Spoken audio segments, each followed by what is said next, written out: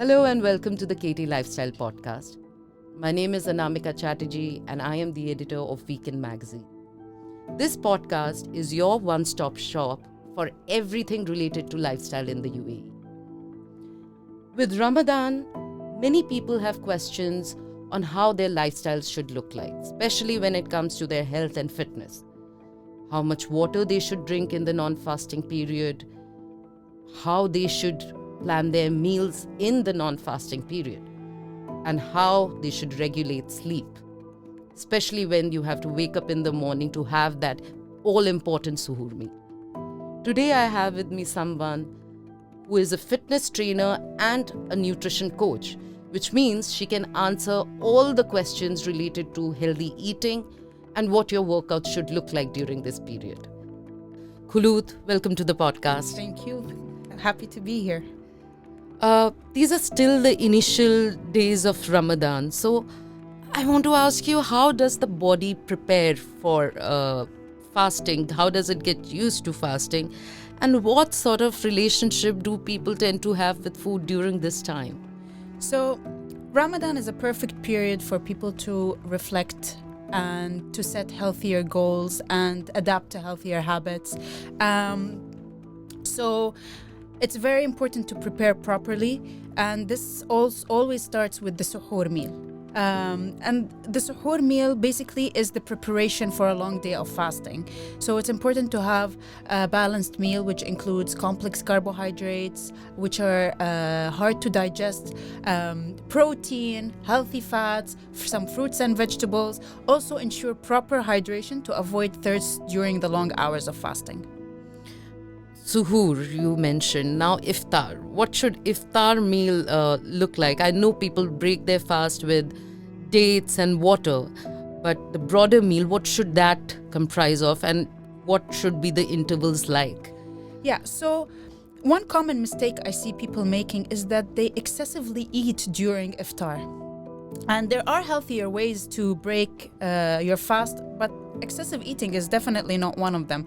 As you mentioned, having dates, water, maybe some warm soup as well is easy for the body and prepares the body for the bigger meal that is coming later.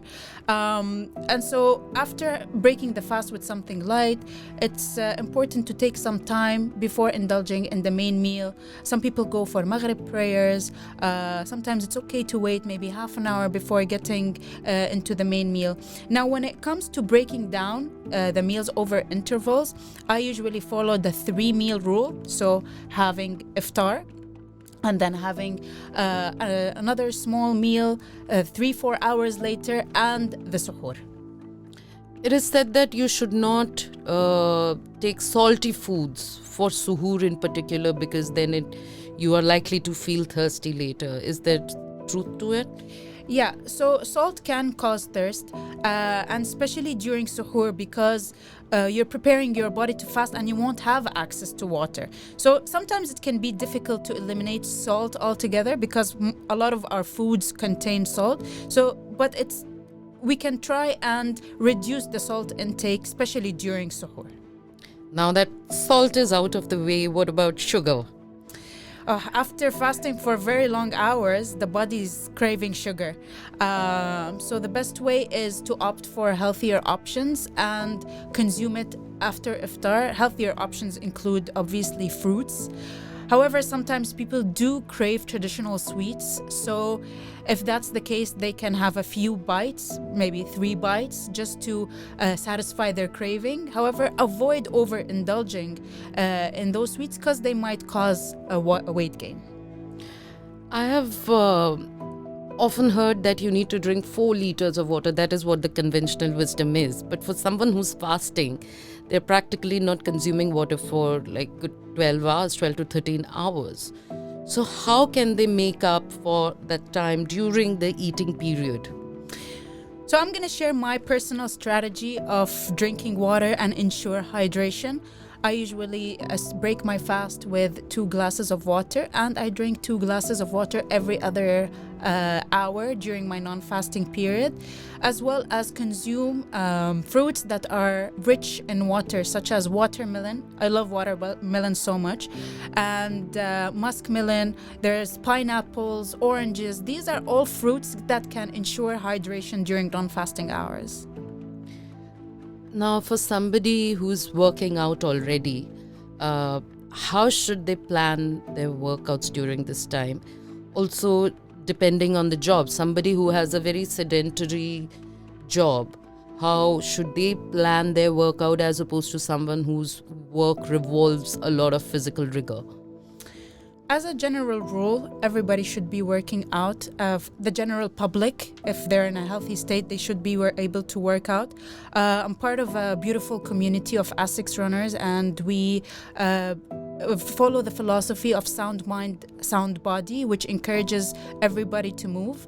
For those who have already a job that requires a lot of physical activity, they can opt for lighter options, such as walking or light strength training, yoga. However, if they are capable of working out, they can, go for a more intense workout if that's something they're used to and they have the energy for it. Now, when it comes to those who have, they're less active, it's important for them to start getting into an exercise or a workout regimen. Especially, Ramadan is all about setting healthier goals. But a common mistake is people can be sometimes insensible when it comes to working out, and they start something that is very hard. But it's important to listen to your body and see if it's willing, and test it, and start with something that is light and then take it from there. That's very well said, because I have a very sedentary job. I'm sitting on a table and a chair all day practically, but I try to make up with it by going for a 4 or 5 kilometer long walk, and I consider that pretty rigorous by my standards. Anyway, coming back to the lifestyle during Ramadan. Sleep. Again, a young colleague of mine was talking about how he almost always misses out on the suhoor meal because he's almost always sleeping. He keeps all the fasts, all the 30 days fasts. So how can one manage sleep better during this time? Sleeping is very important, but also suhoor is very important. So suhoor prepares your body for a long day of fast, and as the saying goes, failing to plan is planning to fail. And suhoor is the plan to have an easier fast and avoid thirst and hunger and all the other feeling of dizziness and headache during the fasting hours. So it's very important to sleep, yes, but it's also important to have suhoor and have a balanced meal during suhoor. Now, if someone would prioritize sleep, I would suggest them to delay the suhoor meal as much as possible before they go to bed. And when it comes to sleep, it can be in intervals. Sometimes people take naps during the day so that they can have the energy and sleep less during the night. I was reading somewhere that it takes 20 minutes for the brain to register that you're actually full, which also made me think about the time when people, break their fast and then they have the iftar meal and they overindulge, which in turn leads to weight gain. So how can one navigate this? So a common mistake I see people make is they excessively eat during iftar. And there are healthy ways to break the fast, but excessive eating is definitely not one of them. And it's good to start your breakfast with something light, such as when we said earlier, the dates, the water, and having some soup. And that gap in between, and it's important to have that gap, approximately around half an hour. People can get busy by going for prayers or just sitting for a bit before they indulge in the main course. That gives the body enough time to register that something has entered the body, and it will start have that feeling of fullness. So by the time they get to the main meal, they are more likely to feel full. However, if you start excessively eating at the beginning, by the time the 20 minutes are over, you've already overindulged. So it's important to take that gap. To wrap up, I just want you to, list out the foods and the workouts like HIIT that one should completely avoid during the fasting period. So there's no workout that should be completely eliminated. It's all depending on... Even the most intense ones? Yeah, if a person feels like they're capable of doing HIIT training and they're used to it, so that would be it. However, I see a lot of people working out while they're fasting, and I don't recommend that. It's up to them, but I personally would recommend working out after the person has something to eat and some hydration so that they can perform better. And when it comes to food, it goes without saying that to avoid fried food, especially the samosas. I know they're good, but it's important to avoid the fried ones. Now there's an air fryer, so people can still indulge in these foods and put them in the air fryer. But when it comes to sweets, there are healthier options like fruits.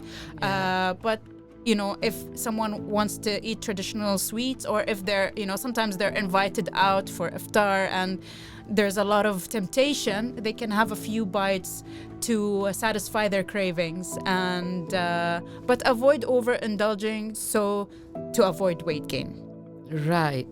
Now, with these tips in hand, you can surely not go wrong with your fasting period during this holy month. Thank you so much, Khuloud, for joining us. And thank you to all our listeners who joined us for this second episode of our podcast. Please let us know what you thought of it in the comment section of our social media channels. Thank you so much. This is Anamika Chatterjee signing off.